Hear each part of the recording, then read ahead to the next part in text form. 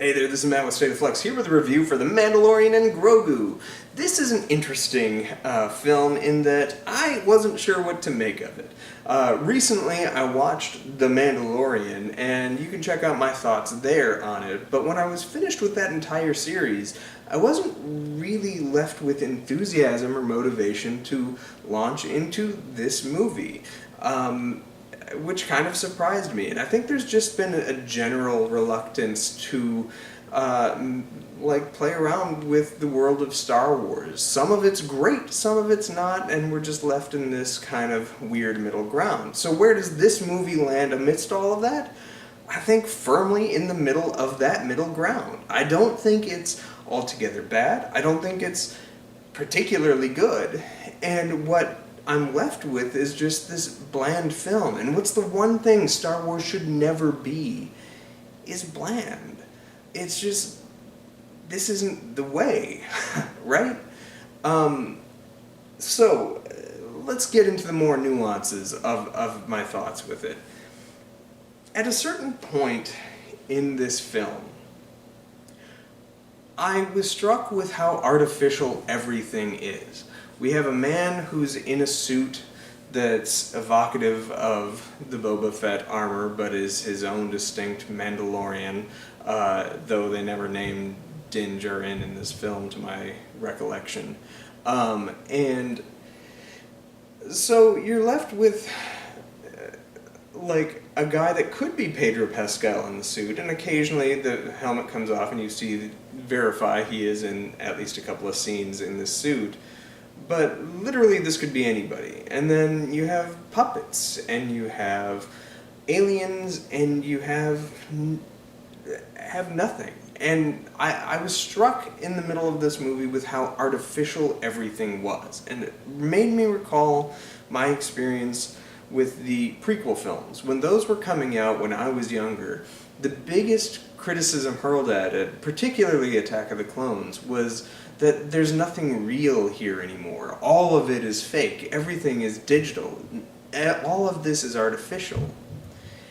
And 30 years separated from that, 20 years I guess, separated from that, I'm left thinking, wow, it hit me. Because back then, I would defend the prequels, though I didn't necessarily like them as much as certain people my age did.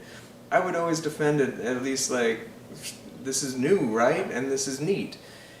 The only difference is that the artificial things you're seeing in front of you are tangibly present, but no less artificial than the weird digital landscape that Lucas created. This is an analog landscape presented in front of you with no real people, seemingly, and just it's action figures modeling in front of the camera. And I'm the one hurling the criticism at this now, and it struck me how weird that is with age, but it also struck me as to why I kind of backed away from Star Wars in the first place. If you watch the video I did for my series review of The Mandalorian, or you can watch my Book of Boba Fett one, I recall a story of how I started watching Mandalorian on Disney Plus the same day at launch with everybody else, and it was alright. I enjoyed what I saw.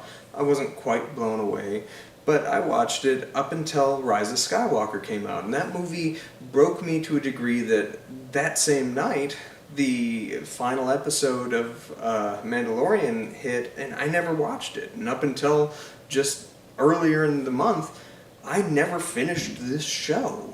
And it was because Star Wars had become something that I wasn't invested in anymore. It made me want... the Star Wars wants me to be one thing that I just can't be as a fan, which is to be complacent with a safety net of things that are familiar, just with new skins, and no pushing of any kind of boundaries.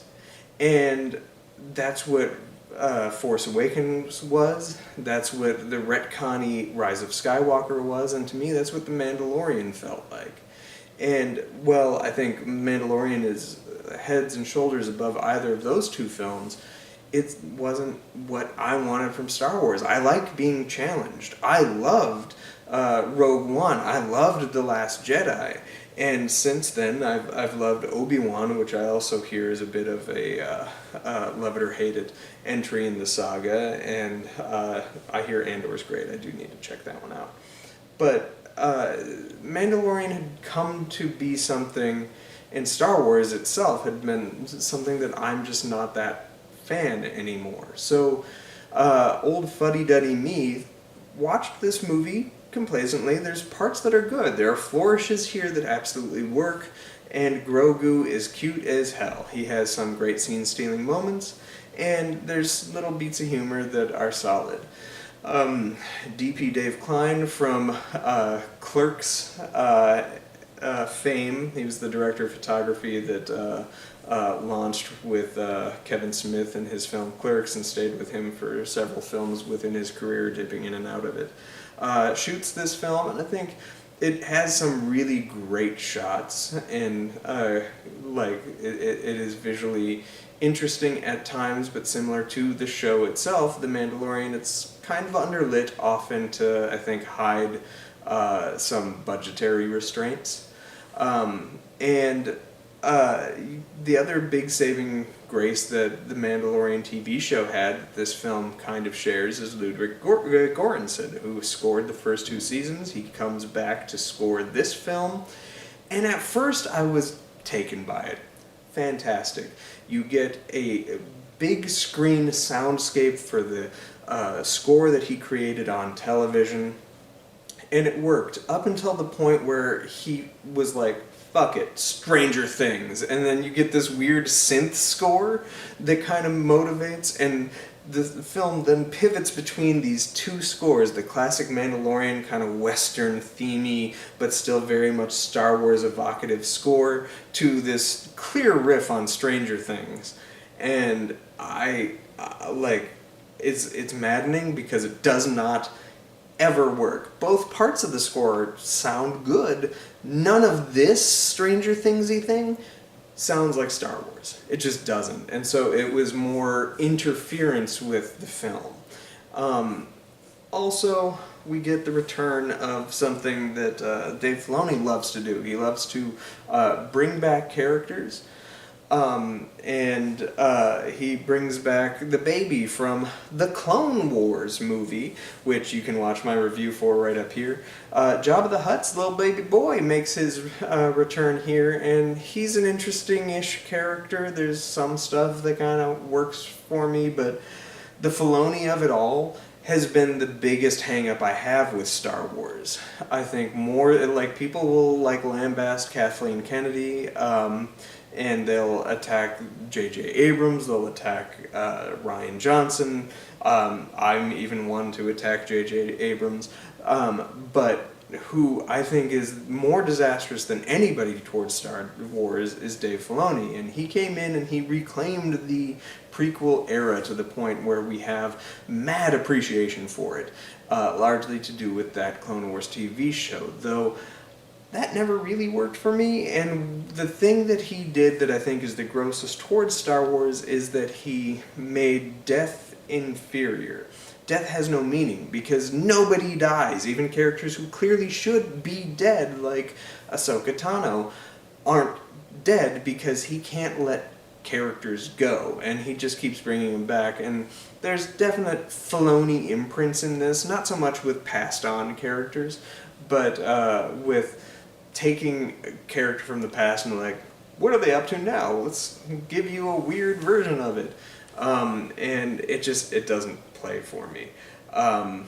Nothing wrong with Rhoda the Hutt, but it is just another blah part of a movie that I think is overly blah. And that's the problem, is that Star Wars shouldn't be in a safety net. You shouldn't feel safe in Star Wars. Star Wars, in and of itself, the original movie that has been rechristened A New Hope, was challenging to its viewers because it was the antithesis of everything else that came out in the cinematic landscape at that time.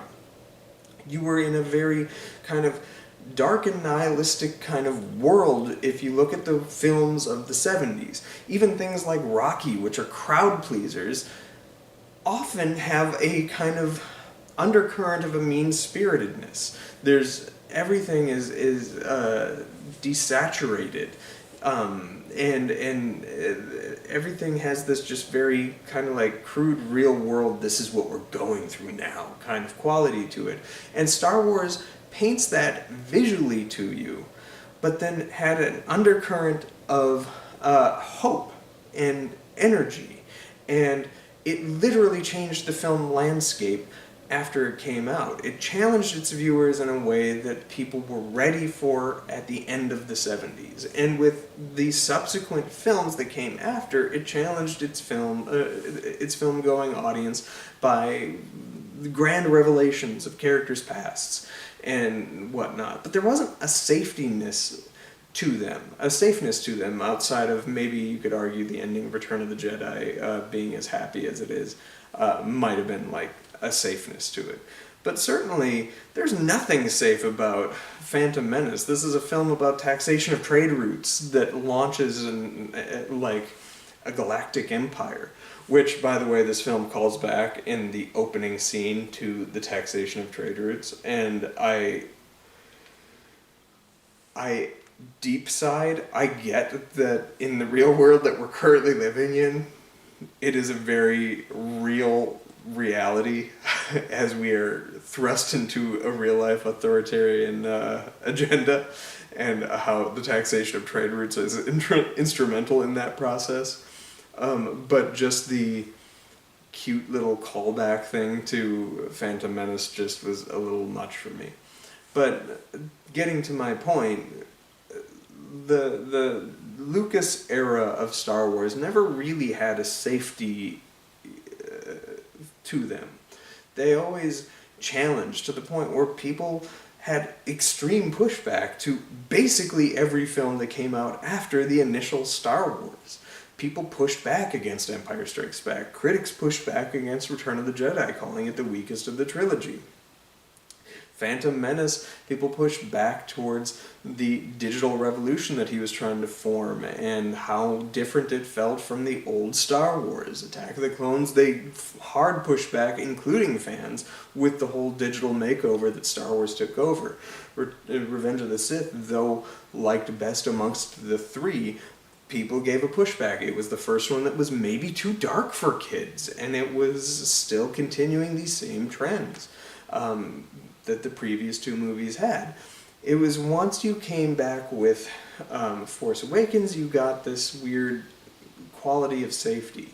And that was undone by the next two films, by giving you a challenging war film with Rogue One, and a challenging next entry that kind of got dinged for subverting expectations, but that's what Star Wars kind of always was in its original George Lucas trilogy. And then afterwards, they just decided to commit to providing you the safest possible choices for a little while there. And this is an extension of that.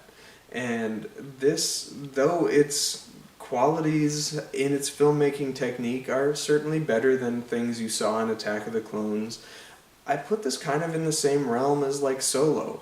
Well, not altogether bad, it's completely unnecessary.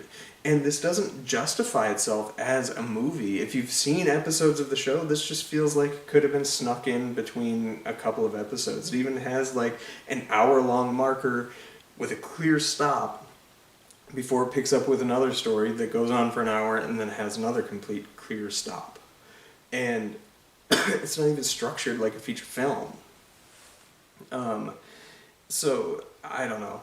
I'm really torn, because I'm sounding really negative, and I'm genuinely not. Like, I think it's okay, it's fine, but Star Wars shouldn't just be fine, and not for these reasons. I think that's where I'm going to end it. What did you think of The Mandalorian and Grogu? I think people out there in general seem to really like it. My daughter absolutely loved this movie. And maybe that's just it. She's going to be the defender of this era of Star Wars, just as I was of the prequels and the original trilogy. before that. And the special editions to those original trilogy films. She will claim this as her Star Wars. This is the first Star Wars anything she's wanted to rewatch immediately after watching it. So, take that for you. 10-year-old loves Mandalorian and Grogu. Anyway, thanks for watching. Let me know what you thought of the film in the comment area down below. Thanks for watching. Like, subscribe, do all that good stuff. Peace.